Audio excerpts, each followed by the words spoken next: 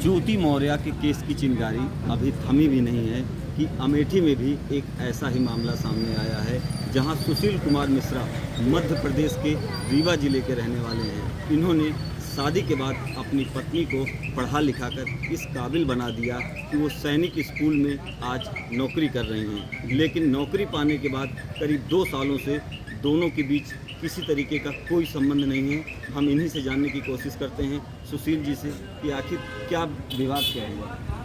विवाद ये हुआ कि हमारी पत्नी 2 फरवरी 2021 को सैनिक स्कूल अमेठी में आ गई। सैनिक स्कूल सोसाइटी रक्षा मंत्रालय द्वारा संचालित किया जाता है। मैं भी पहले सैनिक स्कूल रीवा में संविदा पर वार्ड बॉय था। उसी समय पर यहाँ की वैकेंसी निकली। हमने अपनी पत्नी का यहाँ पे फार्म भराया, पूरी मदद की, पूरा सहयोग किया। पदस्थापना के बाद वो हमें अपने कमरे में नहीं आने देती थी। जब मुझे पता चला कि आखिर ये पत्नी मुझे कमरे में क्यों नहीं आने दे रही, तो हमने ये देखा कि पत्नी मेरी बगल में रहने वाले शिक्षक मार्कंडेय पांडे, जो कि सैनिक स्कूल में शिक्षक हैं, उनके साथ उसके नाजायज़ संबंध हैं।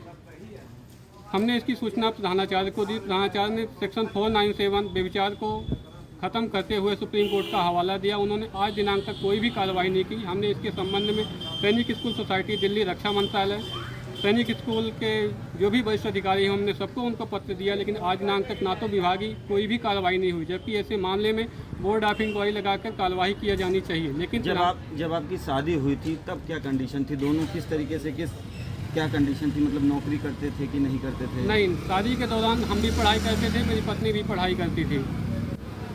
नहीं तो क्या उन्होंने आपसे कहा कि आप मुझे पढ़ाइए, मैं तो बनना चाहती हूँ? हाँ, उन्होंने पढ़ा था, पढ़ने में तो भी ठीक थी। पढ़ने में हम दोनों की इच्छा थी कि दोनों क्लास की नौकरी करेंगे। पढ़ने में हमने भी प्रयास किया, हमने भी पोस्ट ग्रेजुएशन किया, लेकिन दुर्भाग्यवश कतिपय कारणों से मेरी नौकरी नहीं लग पाई। संविदा सैनिक स्कूल में मैंने कार्यरत हूँ, अभी भी कार्य भी कर रहा हूँ, लेकिन रेगुलर जॉब न होने के कारण से मेरी पत्नी मुझे छोड़ चुकी है एवं सैनिक स्कूल में ही पदस्थ शिक्षक के साथ अब वो विवाह विच्छेद होने के बाद शादी करना चाह रही है। इसके संबंध में हमने पुलिस अधीक्षक महोदय, जिलाधिकारी महोदय, कई वरिष्ठ अधिकारियों को हमने हर जगह शिकायत दिया, लेकिन आज दिनांक तक कहीं से भी हमें न्याय नहीं मिल पाई। न्याय के लिए मैं दर-दर भटक रहा हूँ। नहीं तो अमेठी कैसे आना हुआ है आपका?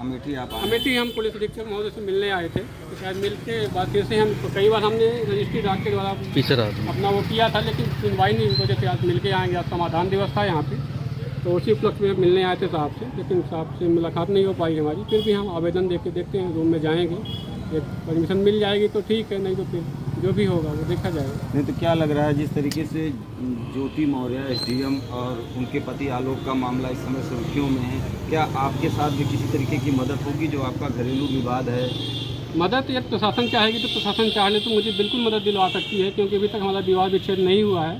प्रशासन से तो मैं भी यही उम्मीद कर रहा हूँ कि मेरा किसी तरीके से घर गृहस्थी बस हो जाए। मैंने प्रेमपूर्वक पत्नी को समझाने की कई बार कोशिश की, लेकिन आज तक हमारा नहीं हो पाया। न्यायालय से हमने सुलहनामा भी कराया। एक बार हमारा 14 फरवरी 2021 को मीडिएशन भी हो चुका है, सुलह भी हो चुकी है कोर्ट से, लेकिन पत्नी के अंदर कोई भी वो नहीं दिखा। शिक्षक हमें जान से मारने की धमकियाँ दे रहे हैं। बार बार हमें शिक्षक के द्वारा भी गाली गलौज हमारे फ़ोन में देते हैं, जान से मारने की धमकियाँ देते हैं। मुझे भी डर बना हुआ है कि मेरे परिवार के साथ कोई अनहोनी घटना न घटने पाए।